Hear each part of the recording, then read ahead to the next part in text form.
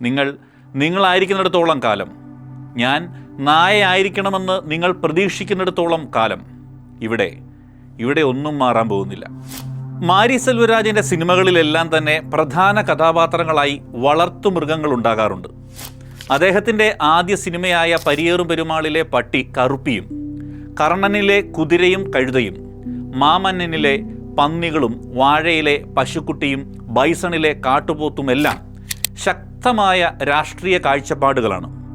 കറുപ്പും വെളുപ്പും black and white ഫ്രെയിമും എല്ലാം ഉൾപ്പെടുന്ന സിംബോളിസങ്ങളാണ് മാരി സിനിമകളുടെ ട്രേഡ് മാർക്ക്. തൻ്റെ ഗ്രാമത്തിലെ കഥകളാണ് സിനിമയിലൂടെ പറയാൻ ശ്രമിക്കുന്നതും.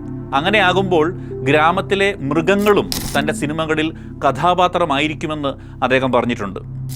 ഒരു ജീവൻ്റെ കഥ പറയുമ്പോൾ അതിൽ ജീവനുള്ള എന്തൊക്കെയാണുള്ളത് അതെല്ലാം മാരി സെൽവരാജ് സിനിമകളിലുണ്ടാകും. കൈയടിക്കുകയും വിസിലടിക്കുകയും ചെയ്യുന്നവർക്ക് വേണ്ടി മാത്രമാണോ നമ്മൾ സിനിമ ചെയ്യുന്നത്, അതോ കയ്യടി കഴിഞ്ഞ് അവരെ സ്വയം ചർച്ചയിൽ ഏർപ്പെടാൻ പ്രേരിപ്പിക്കുന്നവർക്ക് വേണ്ടിയാണോ?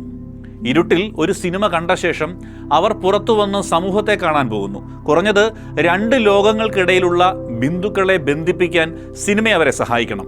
അതാണ് മാരി സെൽവരാജിൻ്റെ വേർഷൻ, അല്ലെങ്കിൽ അദ്ദേഹത്തിൻ്റെ വിഷൻ. 500 കോടി, 1000 കോടി എന്നിങ്ങനെയുള്ള സംഖ്യകളെക്കുറിച്ച് അദ്ദേഹം ചിന്തിക്കുന്നില്ല. തൻ്റെ ശബ്ദത്തിലൂടെ, എഴുത്തിലൂടെ പ്രേക്ഷകർ ലോകത്തെ കാണണമെന്നതാണ് അദ്ദേഹത്തിൻ്റെ ആഗ്രഹം. അതിനുവേണ്ടിയാണ് സിനിമകൾ ചെയ്യുന്നതും. നമ്മൾ ഈ ഭൂമിയിൽ ഇല്ലാതാകുന്ന കാലത്തും ഈ സിനിമകൾ കണ്ട ശേഷം ആരാണ് ഇതിൻ്റെ സംവിധായകനെന്ന് പ്രേക്ഷകർ ചോദിക്കണം. അതാണ് വിജയം എന്നതിന് അദ്ദേഹം നൽകുന്ന നിർവചനം.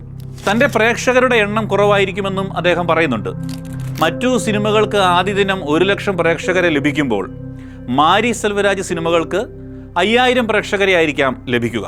എന്നാൽ ഈ 5000 പേർ മറ്റൊരു 5000 പ്രേക്ഷകരെ ഉണ്ടാക്കും.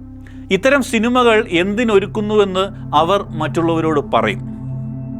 ഒരിക്കൽ മാരി സെൽവരാജിന് അവാർഡ് നൽകി അനുരാഗ് കശ്യപ് ചോദിക്കുകയുണ്ടായി, പരിയേറും പെരുമാൾ എന്ന സിനിമ ആദ്യത്തെ സിനിമയാണോ? എങ്ങനെയാണ് ഇത്തരമൊരു സിനിമ സംവിധാനം ചെയ്തത് എന്ന്. മാരി സെൽവരാജ് നൽകിയ മറുപടി, ഇത് എൻ്റെ ജീവിതമാണ് സാർ. അങ്ങനെയായിരുന്നു അദ്ദേഹത്തിൻ്റെ മറുപടി.